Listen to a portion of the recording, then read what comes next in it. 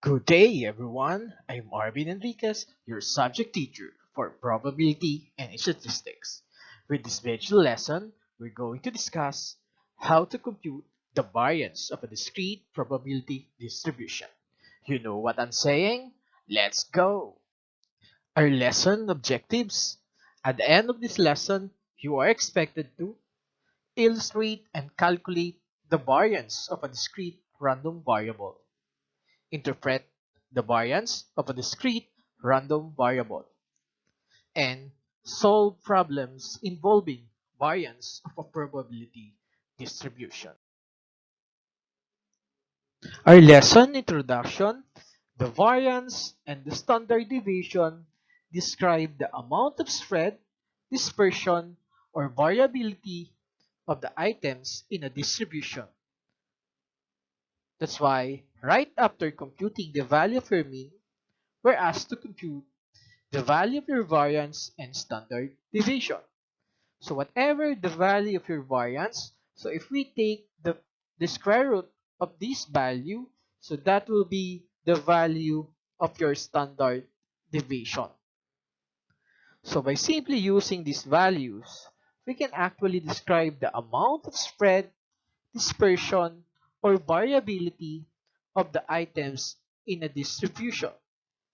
So for example, so if we're asked to describe the behavior of the scores of 50 students who took an exam by simply computing the value of the mean, variance, and standard deviation of those scores, then we can describe the amount of spread, dispersion, or variability of the scores in that particular exam.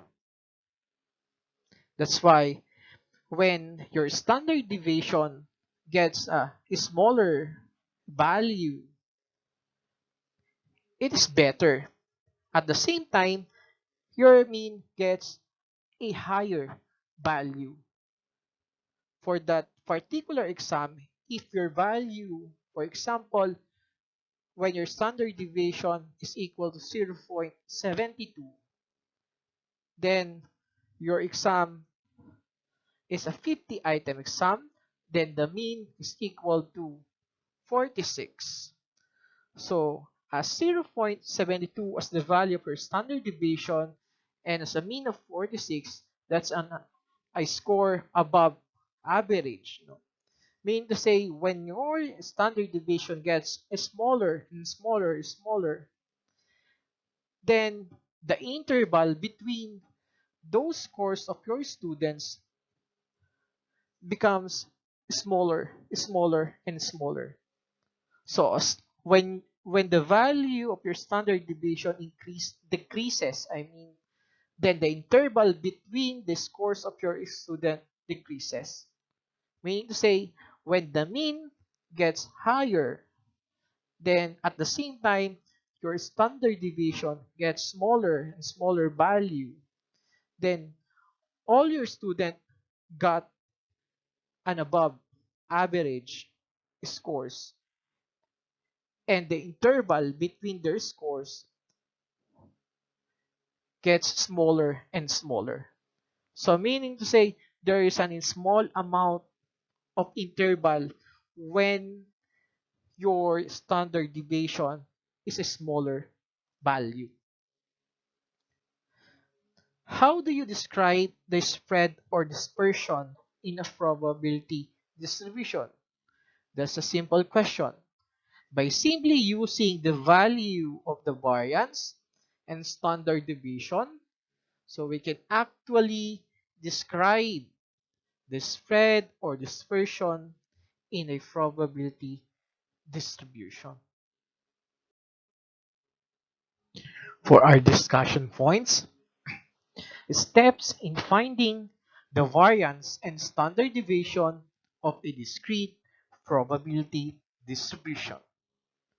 For step number 1, find the mean of the probability distribution.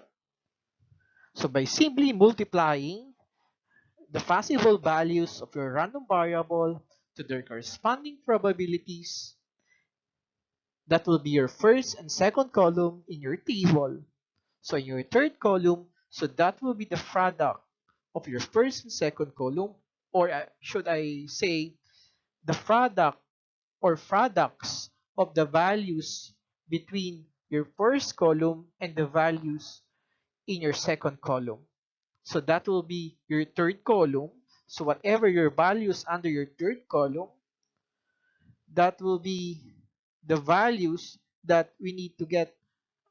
The sum or the total of these values will represent the value of your mean.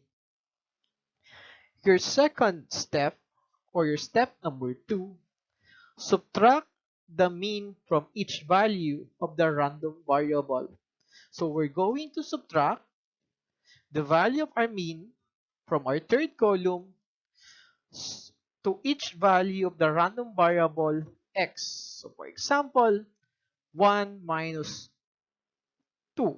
If the computed mean is 2, we're going to subtract 1. We're going to subtract 2 to 1. If 1 is your random variable x, so 1 minus 2 it's negative 1, so that will be the answer for number 2. For number 3, step number 3, square the results obtained in step number 2. If the result from step number 2 is negative 1, so if we take the square of this negative 1, that will be a positive 1. So for step number 3, you're going to square each value that you can get from your step number 2.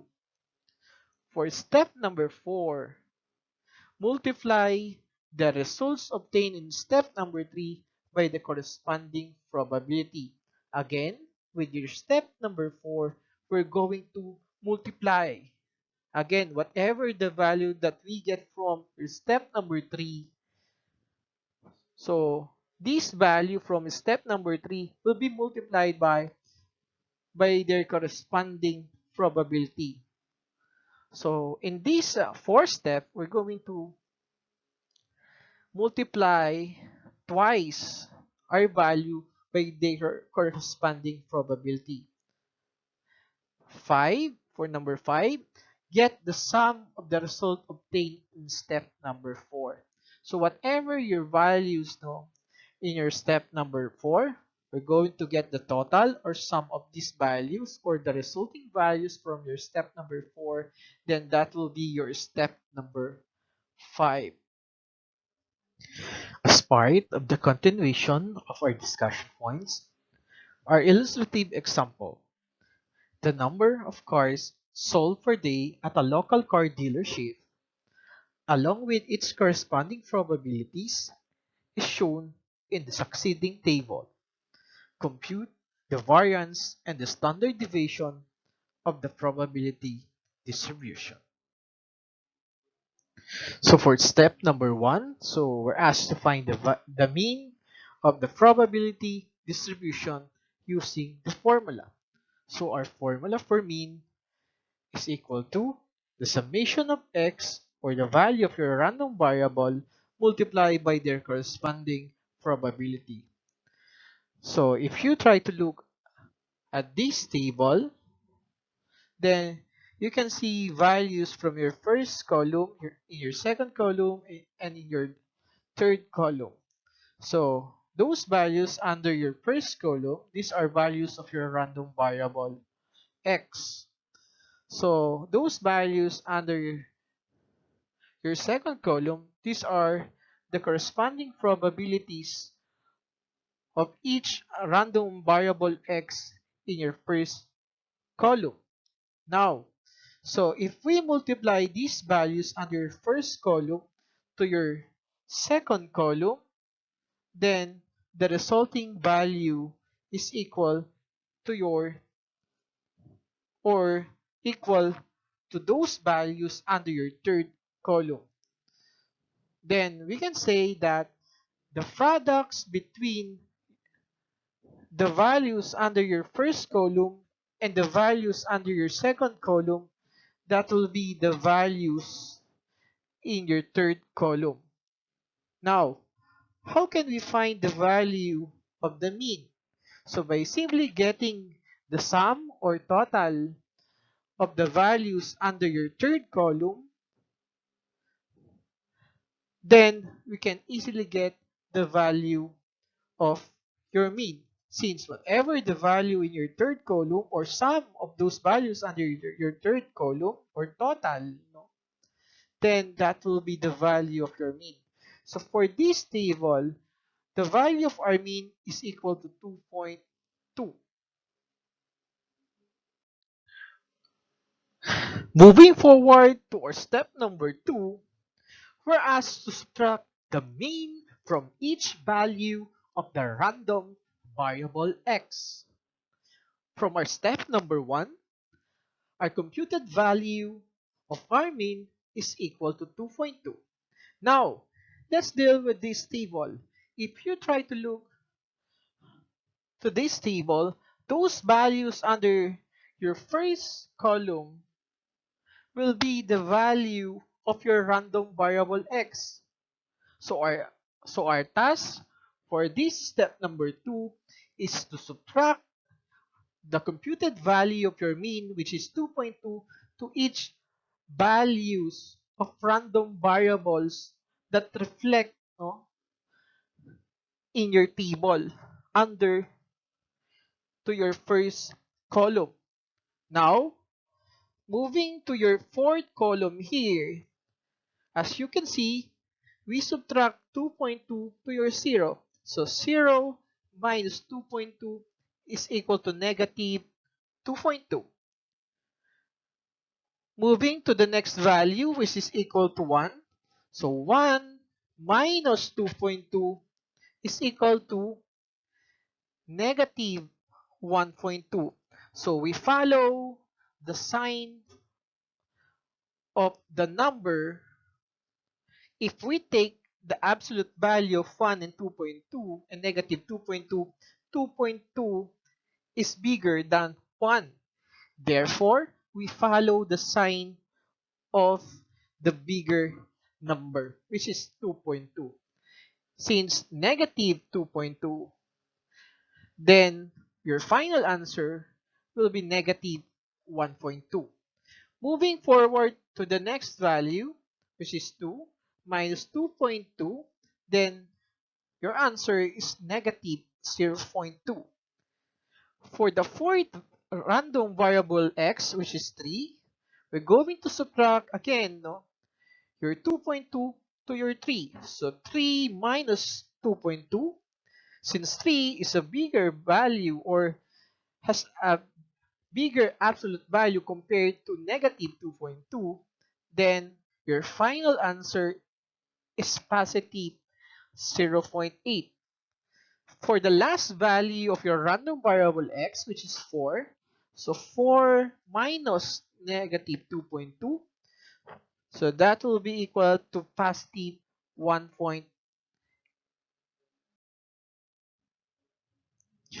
Moving forward again with your step number 3, so our task is to square the results obtained in step number 2.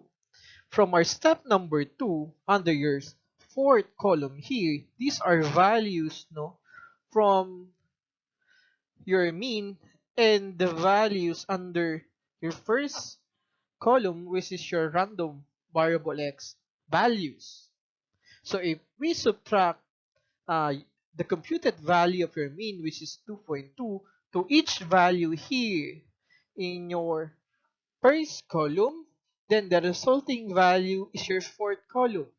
Now, our task for this step number 3 is to take the square of each value that reflect in your fourth column. Moving forward to your fifth column, so if we take the square of this negative 2.2, so negative 2.2 square is equal to negative 2.2 multiplied by negative 2.2. Since negative multiplied by negative, it's a positive value. So therefore, negative 2.2 square is equal to 4.84.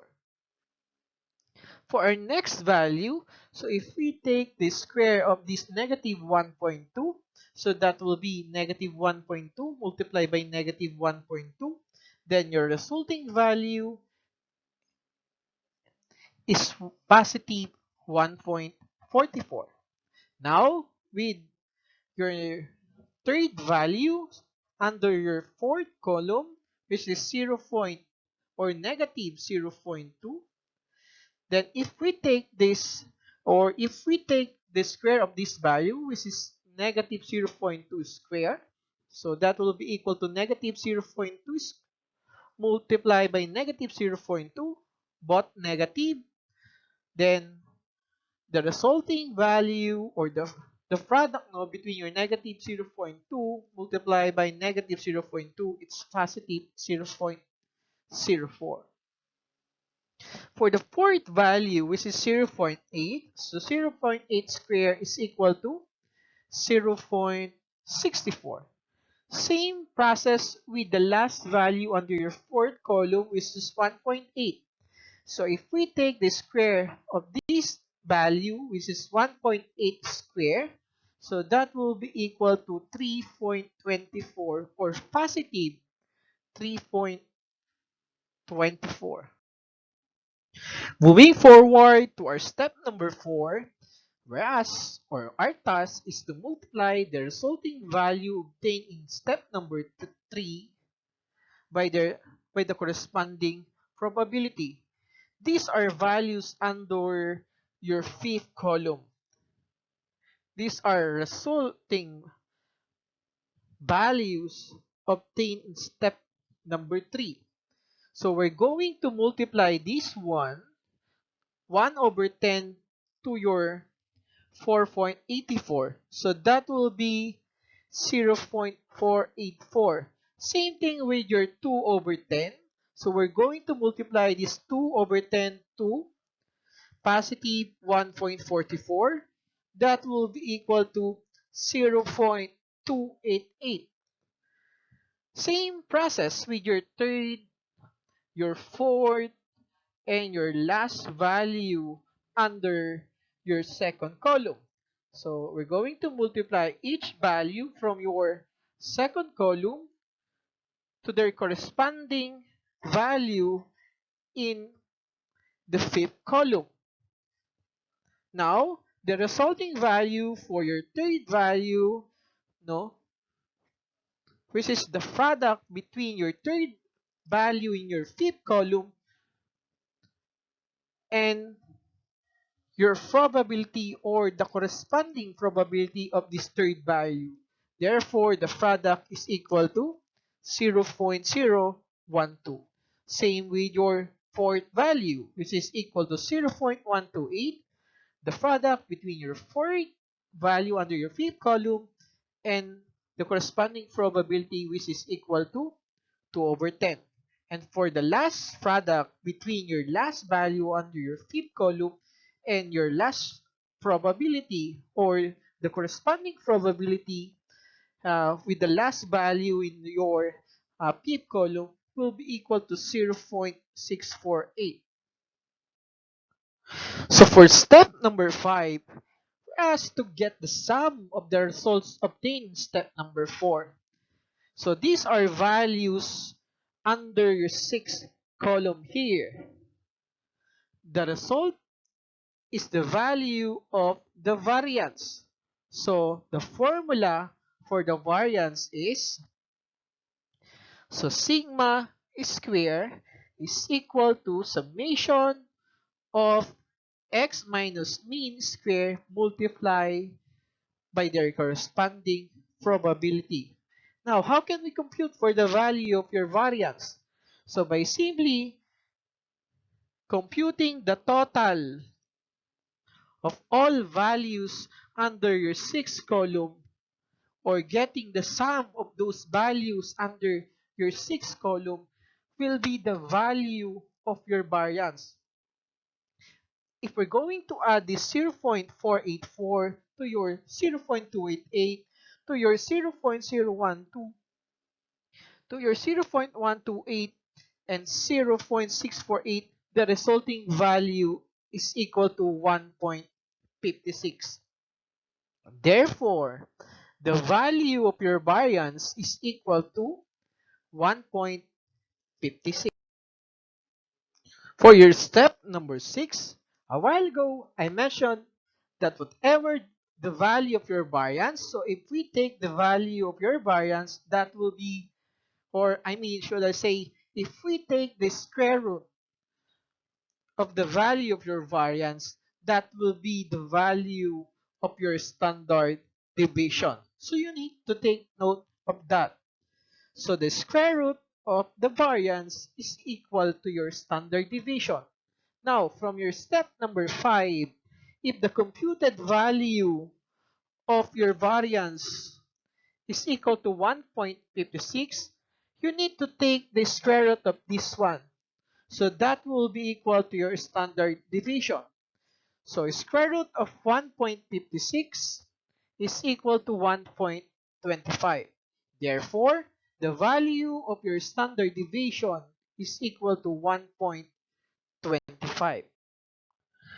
As you can see in this slide, here is the formula or the formal formula for the variance. So that will be your variance. So if we take the square root of your variance sigma, so that will be your standard deviation. Here is the legend. Your x is the value of your random variable. Your phi of x, these are the corresponding probability or probabilities of each random variable here. Now, your mu is the mean of the probability distribution. So, how can we get the value of this mean?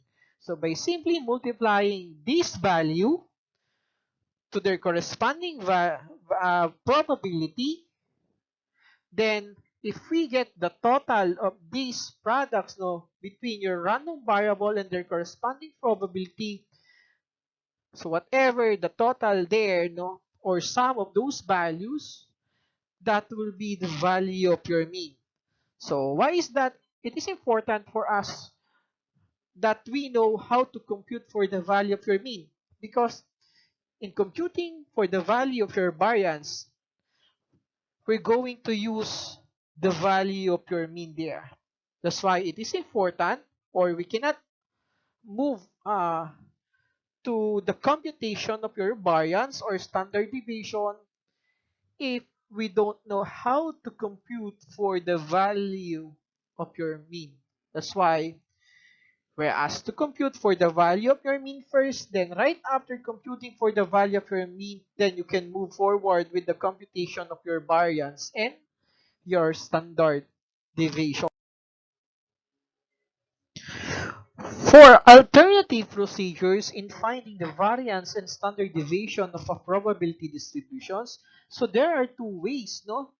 So a while ago, I presented to you the first way how to compute or how to find the value of your variance and standard deviation.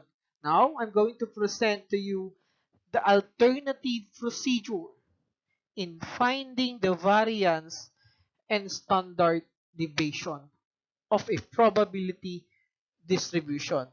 So if you decided to use the first way or the second way, what is important, whatever way or decision that you're going to make, if you're going to use way number 1 or way number 2, it's fine as long that you will arrive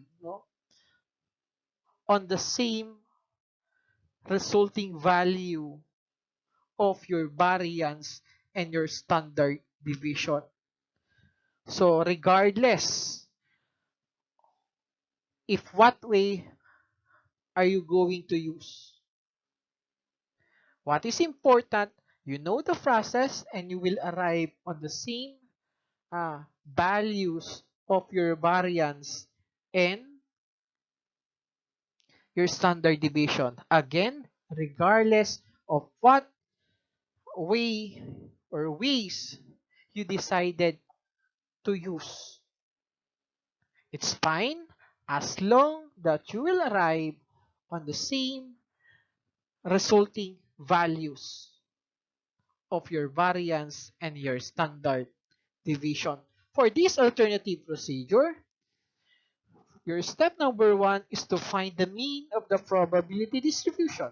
So by simply multiplying your random variable to their corresponding probability, so whatever the products between your random variable and their corresponding probability, then you're going to add and total these values, then that will be your mean. Now for your step number two, multiply the square of the value of the random variable x by its corresponding probability. So you're going to take the square of this random variable x before multiplying to their corresponding probability. So that will be your step number two. For step number three, get the sum of the results obtained in step number two. So whatever the values that we can get from in multiplying the square of your random variable x by their corresponding probability, so whatever the values there, so if we get the total or sum of those values from your step number two, that will be the result that we want to obtain, no, or get from step number three. For number four or step number four, we need to subtract the mean from the results obtained in step number three. That's why it is important for us to know how to compute for the value of mean. Kasi whether we use your way number one or way number two, still there is an application of this value of your mean. We're going to use it, no? Regardless if we choose way number one or way number two. Dealing with this example problem, we're going to apply the concept of your alternative procedure in finding the value of your variance and your standard deviation. The title for this experiment, the number of heads. So when three coins are tossed, the probability distribution for the random variable x representing the number of heads that occur is given to our table. We're asked to compute the variance and standard deviation of the probability distribution. So in this case, we use random variable x to represent the number of heads that occur in each possible outcomes. For the step number one in your alternative procedure, so we're asked to find the mean of the probability distribution using the formula. So still, your formula in finding your mean is the summation of your random variable x multiplied by their corresponding probability. If you try to look in this table, those values under your first column, these are values of your random variable x. These are the number of heads in each possible outcomes that we're done dealing with to our previous video lesson.